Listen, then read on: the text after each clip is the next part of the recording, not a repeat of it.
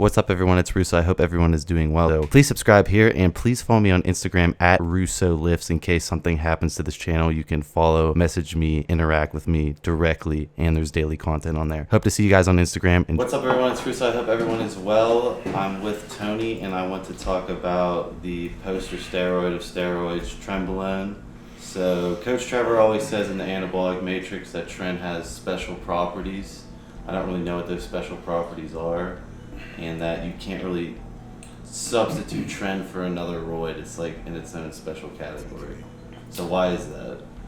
So I've spent the last 3.5 years with Coach Trevor, still learning from him constantly, and everybody else I travel around the world, learning the advanced chemistry of human performance from. So I'll give you sort of what I think Trevor thinks, but don't hold him to it. Okay. And that is that it sensitizes the muscle cell to IGF. And IGF is, I'm going to speak generally. Someone could argue that there's some other hormone that could be more potent, but in my experience, in your experience, you did the transformation, IGF is the most powerful muscle building hormone. Like, that's the holy grail. And when people inject IGF directly, they just blow up huge, but they also can destroy their bodies. I mean, you can get cancer everywhere in your body, depending on how much you take. There's a limit. So you want to get your own natural IGF to work better for you. And Trenbolone, by sensitizing your muscle cells to IGF, you don't actually have to increase your IGF levels. The lower IGF level is going to act like a higher IGF level in your body and actually have less side effects. And actually, as I'm saying it, for how much I don't like Tren and how many side effects it gives, now that I think about it, if someone were going to take IGF, they'd probably have less long-term risks and side effects by adding in Trenbolone, like less Trenbolone with less IGF than taking a whole bunch of IGF. But here's where I disagreed with Trevor, because Trevor said nothing can really replace Trenbolone. Like, that's what your question is too. Why can't you replace Trenbolone? Because of that effect. But there's other effects of Tren maybe we'll explore next, but I'm just picking the one. Then when I was doing my research on arachidonic acid and why that works, which works by causing inflammation of the muscle, which signals your body to repair the muscle, but also sensitizes your muscle to all the different growth peptides in the muscle. So we have things like IGF and MGF and insulin and even anabolics, let's say. So by sensitizing the muscle to all these different things, to me it seems like arachidonic acid accomplishes exactly what Tren is used for.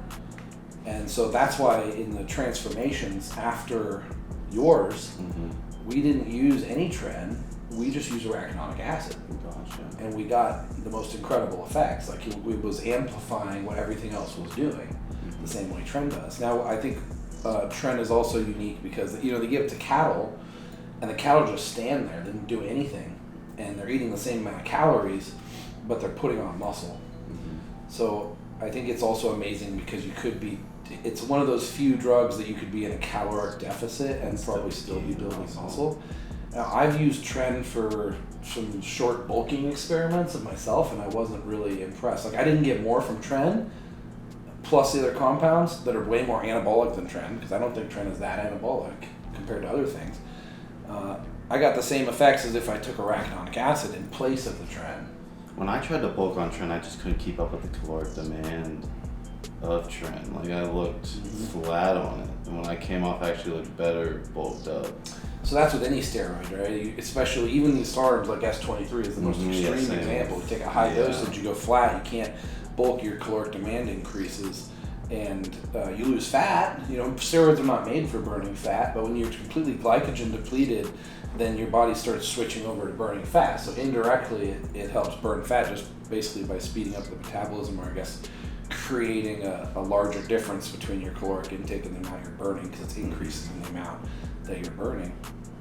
What do you think let's say the IGF-1 thing's true, would you say it's beneficial to just add in a low dose of an enthate on top of your current stack to get the IGF-1 benefit from it?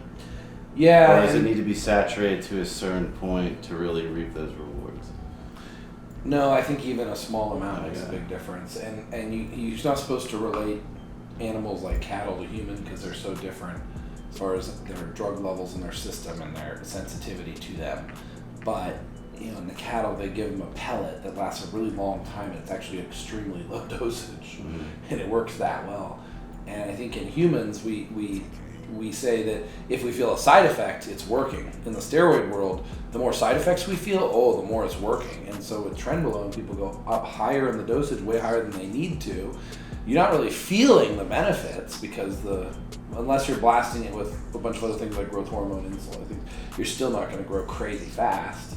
So you're judging its effectiveness by the side effects and taking more because of the side effects instead of realizing that maybe a third the dosage that you're taking or most people are taking is all you needed to get that insulin, the insulin growth factor sensitivity effect. So I'm not advising anybody to take it, but if someone were, I'd say consider taking something as little as 150 milligrams a week, which is half of what everybody else is taking.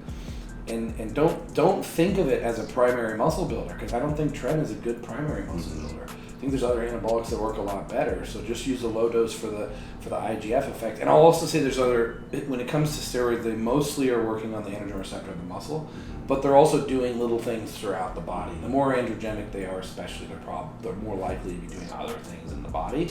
And some of those other things could be causing downstream effects that are beneficial to bodybuilding, or a drawback because they're causing side effects. So Tren is doing a lot of stuff in the body that we don't even know all the different things that it's doing. But we do know it sensitizes IGF, and we do know that IGF is one of the most powerful anabolics in the body, and that it's extremely synergistic. Tren is extremely synergistic with any compounds or IGF itself that raise IGF. Gotcha.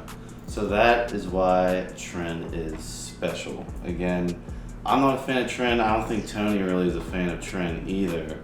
But that is the opposite opposing argument on why it's very beneficial to have it placed in there, even though I just hate the move. I'm going to jump back and say one more thing, because I interview all the top bodybuilders behind the scene on their chemistry, and I noticed that less are using Tren now than ever before.